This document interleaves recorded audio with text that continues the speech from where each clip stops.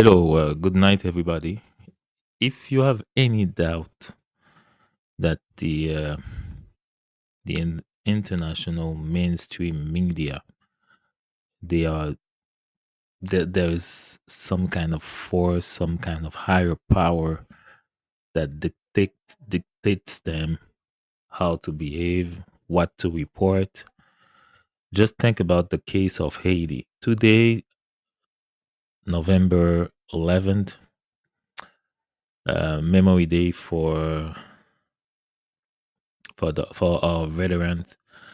Um, Let me take a moment to thank these guys. These guys, they made high blood sacrifice to give us the world that we have today. We will be forever grateful for that. You know, back in the days, I used to have some doubt about how the mainstream media, how they cover international news, and I used to see some kind of pattern between interventions like US interventions, invasions and stuff like that, like um or coup d'etat, you know, um and all kinds of political troubles in like let's say around the world. I used to see like correlations between the news that the mainstream media is covering and those events. Whenever the higher powers, the higher the people that have higher say in the question, let's say the G7, okay, whenever the G7 wanted to go into a certain direction, you would see automatically the mainstream media leading the way, leading the people, leading the opinion, the majority of the opinion towards the same exit as the government, as the G7. I've seen it so many times in Haiti. I've seen it so many times in small countries like Cuba, other countries like Africa, Rwanda. I've seen it so many times. Congo. So basically, what happened? If you, there are some news that if you don't live in those countries, you will never hear of them. And those events are so horrific that they should be 24/7 on CNN, 24/7 on BBC, 24/7 on the mainstream media, but you won't see none of them. Why? Is it because those people are not relevant? Is it because those people are treated like second class news, second class citizen, third class citizen? We're talking about the third world country, and then is there third world news as well? And mainstream media is not interested in third world news. Those people, they can have all kinds of troubles. They can be living in hell, literally, and no one will cover it. This is really sad. Um, I'm talking about personal experience, like my home, the home where I grew up. So many, so many memories in that neighborhood. We used to play soccer. We used to go into the woods, chase birds and stuff like that. Uh, Beautiful, beautiful neighborhood, beautiful country. I'm talking about the Port-au-Prince, Haiti, the capital of Haiti. Port-au-Prince was a beautiful country, beautiful city. Because the if you go to any map, you'll see what I'm saying. Port-au-Prince is surrounded by mountains, high mountains, beautiful mountains. And the city is like in between a valley and the sea. So you have the mountains in the back. The city starts at the bottom of the mountains and then goes all the way to the sea. It's beautiful. It's it's stunning. So I grew up in Port-au-Prince, Haiti, and I had the I had a beautiful childhood. I had the beautiful friends. I mean, beautiful memories, great friends, um, great education, everything that a growing kid could dream of. I had it. I had my Atari. I had my Nintendo system, cable, and stuff like that. So we had a pretty. I mean, of course, we were a bit fortunate compared to the rest of the country because we used to have connections to the US, connections to Canada. So many parents in Canada, so many parents in the United States that could provide us everything that we need. So we had a pretty decent childhood, but all of this is gone in fire. Last summer, the gangs they came around. They came in every surrounded neighborhood and they burned everything to the ground. Just a few houses were left because they wanted the first, I don't know, for strategic reasons or any kind of reason. Like my house, my personal house, we thought in the beginning that it would be spare because they burned all my friends in front of me, left, right. They burned them all, but they left mine. And you know, I thought after a week, you know, I thought, well, maybe after all, we would despair. And I was looking for any kind of reason why is that happening. But then later, I understand. I understand that they wanted to simply have some time to take all the solar panels that we have, all the equipments that we have, like the inverters, the batteries for the inverters, the generators and stuff like that. So there was so many things to loot into my house. They left it's like they left that piece for later, you know. And what we all thought that would happen actually. And when they were done, they burned it down. I mean, it's not burned down to the ground because it's bricks over there, but you know, we would never go back and live in such a house because you know bricks, yeah, they're very solid, but bricks, when they get fire, too much fire, they become like a powder, you know. And if anything happens, if anything happens, let's say a gunshot or any little earthquake, it'll fall down like a sand castle. So it means that if we want to go back to that house, we have to tear it down to the ground and then start over. But how is it that something like this happened? This is my personal experience and something and so many neighborhoods, so many people, so many houses got burned down by those gangs. So many girls got raped. So many kids got killed. So many elderlies, you know, now they're sleeping. They got kicked out from their houses, and now they're sleeping in public places. They're sleeping in public schools. So some neighborhood they can't have schools because the schools are full of people, of refugees. People are refugees in their own city. Can you imagine? And why is nobody talking about it?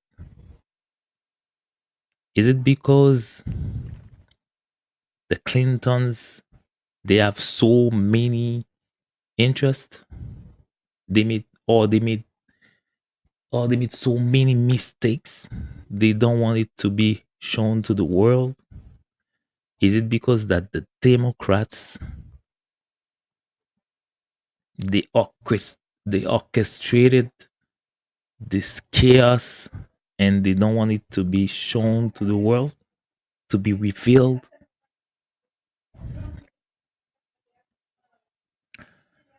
Anyway, this is what I think mainstream media is rigged. This is what I think the mainstream media,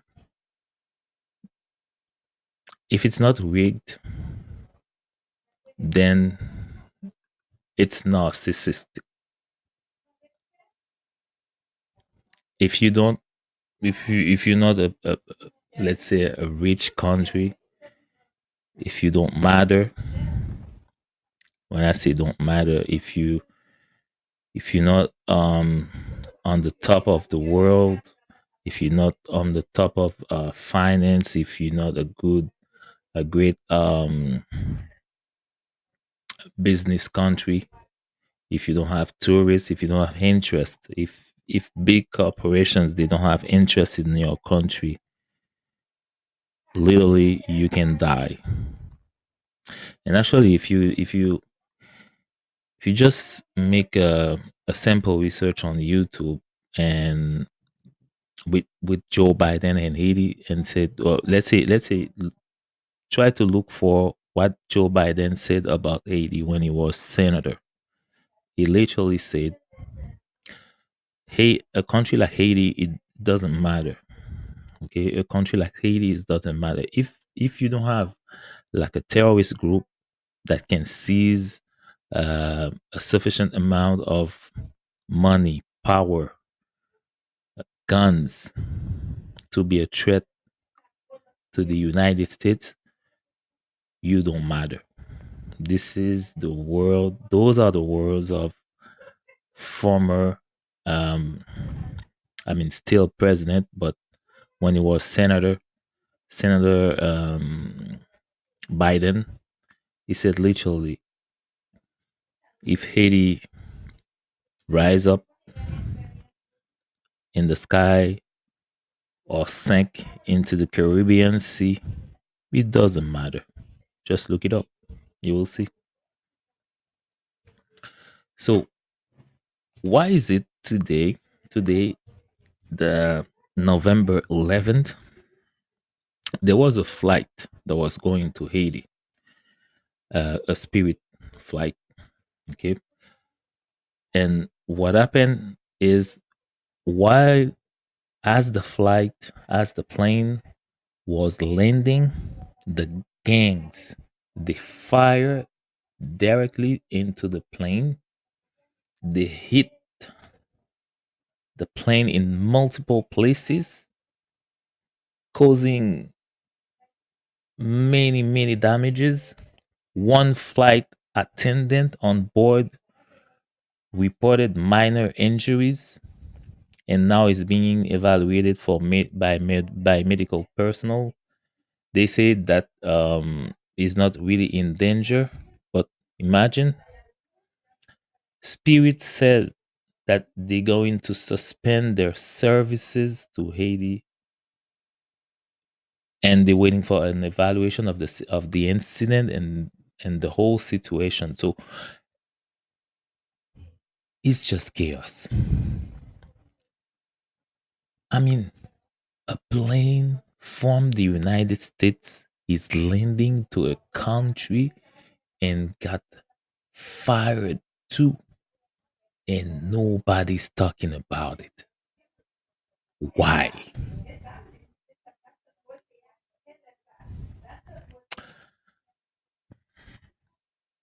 Some people say is because they in Haiti we have iridium. In Haiti we have so many gold. Actually, that could be a very very interesting story to cover. You know, when Christopher Columbus decided, Haiti was actually the first land where Christopher Columbus decided to, let's say, to sit. I mean, to make his first camp. And you know why? Because from all the lands that they had visited, I think the first land was San Salvador. They didn't stay at San Salvador. They decided to go and explore more. But when they arrived in Haiti,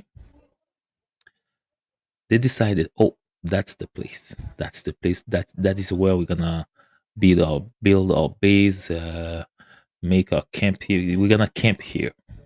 And you know why? Because when they look at the native that were on the beach, when they approach, that all their necks, their arms, feet, they were covered by gold. And when they landed in Haiti, they followed the river, the river that was close to the sea where they landed. They say the river was shining gold. You could see gold under the water. And that's why Christopher Columbus decided, oh, that's the place. That's the place. So that is where we're gonna find gold. So all those mountains, I mean, when they decided to stay there, Christopher Columbus put a general called Nicolas Ovando. Nicolas Ovando was a very bad man. He killed so many Indians, and they extract all the gold that was in the river, but they didn't go deep into the mountains. The gold of Haiti is sitting in those mountains. So still today, that gold is waiting to be extracted. So this is what they say. Haiti has a lot of resources. Haiti has gold. Haiti has iridium, and in front of Port-au-Prince, between the Gonave Island and the Bay of Port-au-Prince, this is where some speculations. I don't know if it's true, but there are some reports that the oil of from Venezuela is connected from underneath to that area, and there are reports saying that that area has more oil than Venezuela. They say that it's connected from underneath. They say that that place, that spot is feeding the Venezuelan oil. That's what they say. We don't know if it's true, but we're gonna investigate about it. Well, you could look it up actually. CIA that hog and all kinds of reports over Haiti. You will see what I'm saying. So yeah, why they shooting at the plane, a landing plane? Imagine the damage. Imagine I can start to imagine if there was like so many people getting hurt, injured, or something. That's what they're waiting for. They're waiting for death. They're waiting for blood to cover it. So if it's not catastrophic, we're not going to cover it. But those people, they can die. But meanwhile, right now the airport will be closed. So it means that if you're in Haiti right now, you're stuck. You have to take a bus, risk the gangs, and go to the Dominican Republic, deal with the corrupt border agents from the Dominican Republic, and try to get out of the country. This is where we are not right now, and that's why I hope President Trump will flip the dynamic. I hope President Trump will be a better man because as Christian, I believe he can be a better man than Joe Biden.